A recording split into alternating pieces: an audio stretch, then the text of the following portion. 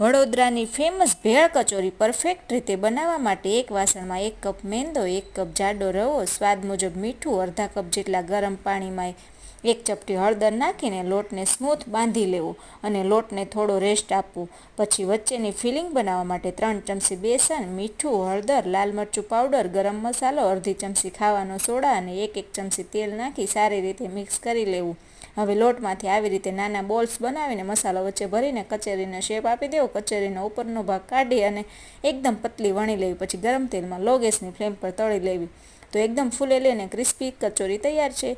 હવે ભેળ બનાવવા માટે હળદર, મીઠાવાળા મમરા, બાફેલા બટેકાના ટુકડા, તીખી ખાટી મીઠી ચટણી, ડુંગળી, ઝીણી સેવ, લીલા ધાણા, કાચી કેરી નાખીને મિક્સ કરી લેવું. પછી કચોરીમાં વચ્ચે હોલ કરીને બધી જ ચટણી નાખી બનાવેલી ભેળ નાખી ઉપરથી ડુંગળી, કાચી કેરી અને સેવ નાખી દેવી.